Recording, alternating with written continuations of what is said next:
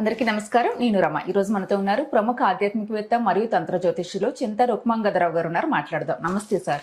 మాతృదేవోభవ, పితృదేవోభవ, ఆచార్య దేవోభవ. ఓం నమో మాందేశ్వరాయ నమః. అందరూ బాగుండాలి, అందరికీ మంచి జరగాలి. సార్, ఈ నెలలో మేషరాశి వారందరికీ ఏ విధంగా ఉంటుంది, ఎటువంటి జాగ్రత్తలు తీసుకోవాలి? 2020 సంవత్సరం మేషరాశి వాళ్ళకి ఎలా ఉంటుంది అంటే, మేషరాశిలోకి కుజుడు వస్తున్నాడు, అంటే రాశాధిపతి రాశిలోకి వస్తున్నాడు. వ్యయస్థానంలో శని ఉన్నాడు, లాభస్థానంలో రాహు ఉన్నాడు, ద్వితీయ స్థానంలో రవి బుధ శుక్ర గ్రహాలు ప్రభావితం అవుతున్నాయి. తృతీయంలో గురువు శుక్ర ప్రభావితం ఉంది. 5వ స్థానంలో కేతు ఉన్నాడు. అంటే కేతు రాహు మధ్యలో అన్ని గ్రహాలు ఉన్నాయి. అంటే ఇది కాలసర్ప యోగంగా చెప్పొచ్చు. కేతు ఇలా పైకి వస్తున్నాడు కాబట్టి అన్ని గ్రహాల పైకి. అదే మేషరాశి వాళ్ళకి ఏలినాటి శని జరుగుతూ ఉంది. ఈ ఏలినాటి శని ఏమంటే 12వ స్థానం అంటే బెడ్రూము అని అర్థం. అంటే అది జలస్థానం మీనరాశి. 12వ స్థానం అంటే పాదాలు కాలపురుషత్వంలో, కాబట్టి వీళ్ళు పాదాలు శుభ్రంగా పెట్టుకోవాలి. పాదాలు మురికి పట్టిందంటే శనిగ్రహ ప్రభావం ఎక్కువగా ఉందని అర్థం. అంటే 12వ స్థానంలోనే పాదాల్లోనే శని ఉన్నాడు కాబట్టి ఇక్కడ 12వ స్థానంలో వీళ్ళు నిద్ర కూడా సరిగ్గా ఉండదు. 12వ స్థానంలో ఏ గ్రహము ఉండకూడదు, ఒక శుక్రుడు రాహు తప్ప. శుక్రరాహువులు వాళ్ళ భోగకారకులు కాబట్టి ఈ కామ వ్యామోహాల కారకులు వాళ్ళు కాబట్టి 12వ స్థానంలో వాళ్ళు ఉంటే అది ఇంకా ఎక్కువ అవుతుంది. అదే వేరే గ్రహాలు ఉంటే అది ఆ స్థానం పనిచేయదు, నిద్ర ఉండదు. ఉదాహరణ గురువు 12లో ఉన్నాడు అనుకోండి, గురువు అంటే ఏమి బెడ్రూమ్ కూడా పూజ రూమ్ లాగా పెట్టుకుంటారు. శని ఉన్నాడు అనుకోండి, నిద్ర రాదు. ఇట్లా 12వ స్థానంలో శని ఉండడం వల్ల, ఏలినాటి శని ఉండడం వల్ల వీళ్ళకి కలత నిద్ర ఉంటుంది. పాదాలను శుభ్రంగా పెట్టుకోవాలి. చెప్పులు ఎక్కువ రోజులు వాడకూడదు. ఎందుకంటే శనేశ్వరం అంటే చెప్పులు, శని యొక్క ప్రభావం ఇప్పుడు ఆల్రెడీ ఉంది. ఆ చెప్పులను ఎక్కువ రోజులు వాడడం వల్ల ఏమవుతుంది, శనిని మనం అంట పెట్టుకుని తిరుగుతున్నట్టు ఉంటుంది. కాబట్టి తక్కువ రేట్లో కొనాలి. ఒక 3 నెలలు 4 నెలలకు ఆడని వదిలేయాలి, బాగుంటే కూడా వదిలేయాలి, మళ్ళీ కొత్త వేసుకోవాలి. అంటే ఆ కారకత్వాన్ని మేము బలపరచకూడదు. నల్లని గుడ్డను శనివారం రోజు ముక్కలు కత్తిరించి నీళ్ళలో కలపాలి. అంటే ఆ శని యొక్క తాకడను మనం వక్రం చేస్తున్నాం. నల్ల నువ్వులుతో చేసినటువంటి ఫుడ్డు శనివారం రోజు పంచచ్చు. స్నాక్స్ ఉంటాయి, నువ్వుల ఉంటలు ఇట్లా ఉంటాయి. అదేవిధంగా ఈ బొగ్గులు ఉంటాయి కదా, నల్ల బొగ్గులు నీళ్ళలో కలపచ్చు. శనేశ్వరుడు జలరాశిలో ఉన్నాడు. శనేశ్వరుడు యొక్క ఆయుధం చీపురు కట్టలు శనివారం రోజు శివాలయానికి గిఫ్ట్గా ఇవ్వచ్చు. అంటే ఆలయం శుభ్రం అవుతుంది, శనేశ్వరుని గిఫ్ట్గా ఇచ్చినట్టు లెక్క. కాబట్టి శివాలయానికి ఎక్కువ వెళ్ళాలి. 12వ స్థానం అంటే దైవ నమస్కార స్థానం అని అర్థం. మోక్షస్థానం కదా, దైవ నమస్కార స్థానం. అక్కడ శనేశ్వరుడు ఉన్నాడు, శివాలయానికి ఎక్కువ వెళ్ళాలి. కాలభైరవారాధన చేయాలి. దీనివల్ల ఏలినాటి శని కంట్రోల్ అవుతుంది. ఎందుకంటే ఇంత ఎక్కువ చెప్పాల్సి వస్తుందంటే మేషరాశి వాళ్ళు ఏలినాటి శని తాకడలో ఫస్ట్ ఫేజ్లో ఉన్నారు. తర్వాత లాభంలో రాహు ఉన్నాడు. ఈ శని యొక్క ఆటంకాన్ని తొలగించుకుంటే రాహు వచ్చేకాడికి మల్టిపుల్ బెనిఫిట్స్ ఇస్తాడు. ఫారెన్ వెళ్ళొచ్చు.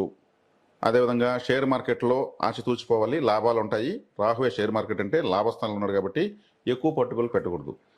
రాహు ఎంత యోగించినా ఆయన మోసం చేసే గ్రహం, ఆయన ఒక కన్నింగ్ ప్లానెట్. మళ్ళీ జీరో చేసి పక్కపక్కన అవుతాడు.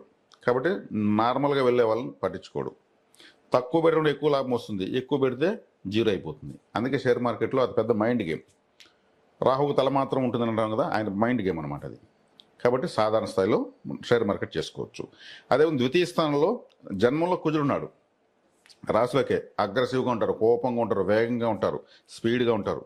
ఈ టైంలో కుజుడు అంటేనే ఒక ఫైటింగ్ మాస్టర్. చిన్న విషయం కూడా ఎక్కువ కోపం వచ్చేస్తుంది. కారం తగ్గించి తినాలి.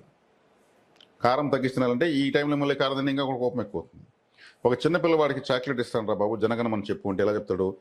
సాధారణంగా జనగణమన క్యూట్గా చెప్తాడు. ఓ మిరపకాయ వంతు నవ్వులు ఇచ్చేసి జనగణమని చెప్పంటే వాడు ఆ జనగణంలో లబలబల అరుస్తూ చెప్తాడు, అగ్రెసివ్గా చెప్తాడు. కాబట్టి ఇప్పుడు జన్మలో కుజుడు వచ్చాడు కాబట్టి వీళ్ళు కోపతాపాలకు పోకూడదు. స్కూటర్ స్పీడ్గా తోలాలనిపిస్తుంది, ఎక్కువ సౌండ్లో సంగీతం వినాలనిపిస్తుంది, కారంగా ఉండే ఫుడ్ తినాలనిపిస్తుంది. కాబట్టి కంట్రోల్ చేయాలన్నప్పుడు ఆ కారకత్వాలు తగ్గించి తీసుకోవాలి. అదేవిధంగా కుజుడు అంటే ఈ రాశాధిపతి కాబట్టి మేషరాశి అంటే తల హెడ్ఏకు, వేడి చేయడము, అలాంటివి హెయిర్ ఫాలింగ్ లాంటివి ఉండదని కూడా అవకాశం ఉంటుంది.